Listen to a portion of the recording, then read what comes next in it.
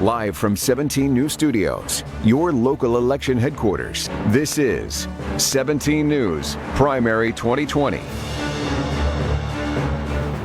Good evening. Good to have you with us on this Super Tuesday. I'm Tammy Melchuk along with Jim Scott. We continue our coverage of the local races affecting you. Now, the polls closed just about an hour ago, and already the first results are trickling in. The problem here in the 17 News Center are the technical problems we're having getting those votes translated to our boards here. But what would election night be without some technical problems, right? It always happens. Right, but the big surprise, at least to me, is that the numbers are already coming in. Right. There's been times we've waited several hours to get anything. Right, we're getting our first batch of numbers in. So if you will bear with us, we will look at the first district supervisor's race. Now, as you see here, the numbers aren't reflected on the boards, but what we can tell you right now is Philip Peters, the former field representative for outgoing first district supervisor Mick Gleason, is in the lead here. He has 54% of the vote with 52 out of 149 precincts reporting in.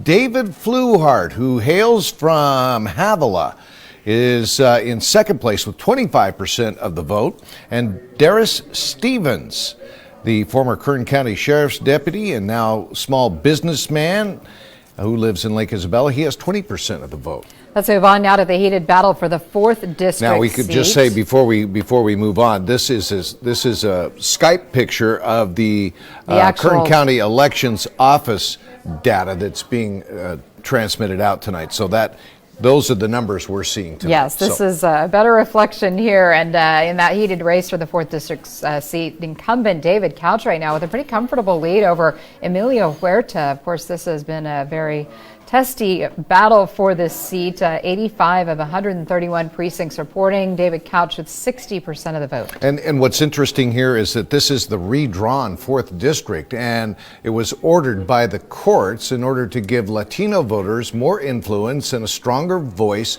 at the polls. And so to some, this early result may come as somewhat of a surprise, right?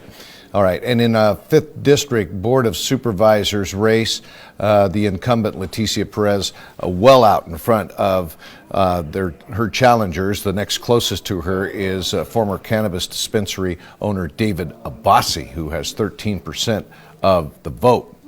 And in the Bakersfield mayoral race, current Mayor Karen Go is well ahead of her challengers. Right now, she's enjoying 83% of the vote. Her next closest challenger is at 10%.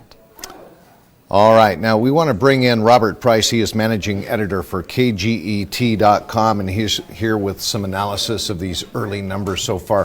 What is the biggest surprise to you so far right now, Robert? I think I'm surprised in the same way you're surprised, and that is that we have a Latino district, majority district, 70% that should have gone, you would think, theoretically, to the Latino candidate. And of course, Emilio Huerta has the most famous name in Latino politics in Kern County, and he's running behind right now. And there were allegations, though, that he didn't live in the district, of course, famously. We heard about that. Do you think those allegations, whether true or not, he says they're not, but do you think that may have played into the vote at all? You know, I don't think it had a big deal to do with it. I think it was more a case of David Couch is working really hard, not just in the campaign, but he's out there all the time, and there is value in incumbency, and I think that played a big role for him. And you got to wonder about the stock of Dolores Huerta. There's no discounting her influence and what she's done as a labor leader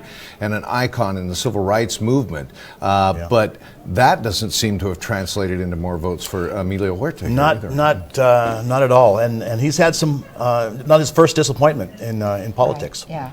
And briefly, okay, I guess we're running out of time. Okay. But Robert, we will catch up to you with our next cut-in at the bottom of the hour, okay? Sounds good. And we'll try and rectify our technical problems here on the 17 News Center in the meantime. So with that, we'll be back in about 30 minutes with new updated numbers for you here as Super Tuesday election coverage rolls on from 17 News. For now, we toss it back to New York and Lester Holt at NBC Election Headquarters.